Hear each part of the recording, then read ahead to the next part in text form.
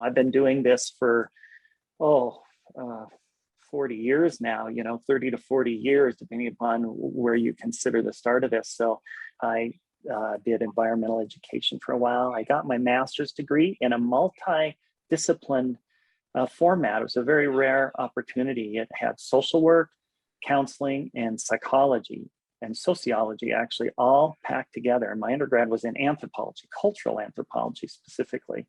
So I was already interested in shamanic work, and I did my master's thesis in shamanism, and I lived with a Native American shaman for 6 months while going to school and doing my master's, and he trained me in many things. And then my master's thesis was about how psychology and shamanism was really just an advanced form of psychology. It was often treated as something like magical thinking, but when I studied it, it really wasn't. It was actually a very advanced form of psychology. And in my master's thesis, I made a prediction of over the next 30 years, 25 to 30 years, that psychology would get closer and closer to shamanism. And that's exactly what has happened. Psychology has picked up on these shamanic skills, and they've incorporated it into standard psychology and just called it psychology. But much of this is actually shamanic skills that have been known for 30,000 years. And there's more that psychology hasn't quite got to yet, but they're getting there. So the thing is that the shamans, they didn't have antibiotics. They had herbs. They had herbs that had some antibiotic qualities, but they didn't have the synthesized, refined stuff. So when they had to do healing, mind-body healing, or psychosomatic healing as called, they had to learn how to use psychology in the most powerful way possible, just for survival. That was their job, is to help their tribe survive.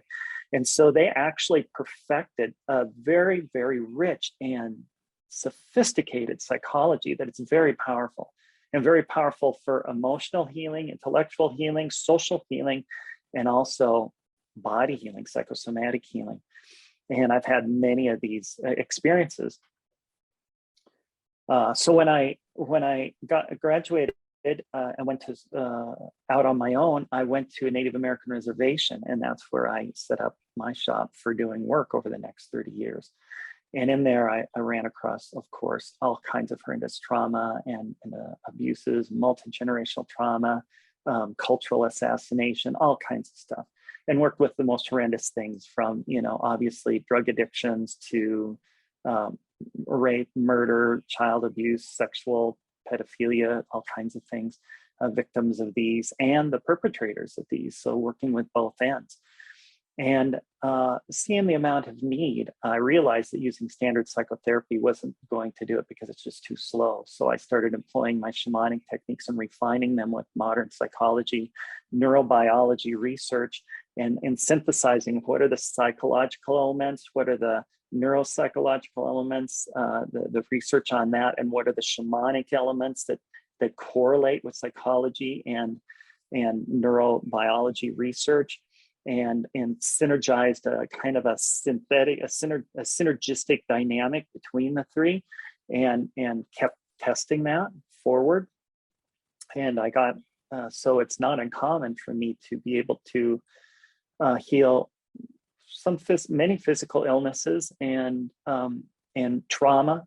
It's single incident trauma in one session, about 75% of the time. With that, and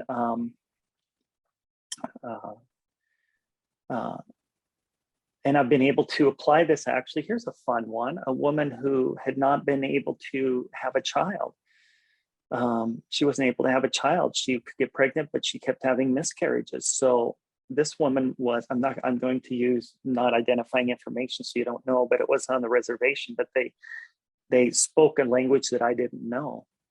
So I had an interpreter, and through the interpreter, we had a 15-minute session. In that 15-minute session, through an interpreter, she got pregnant that month, and she carried it to full term.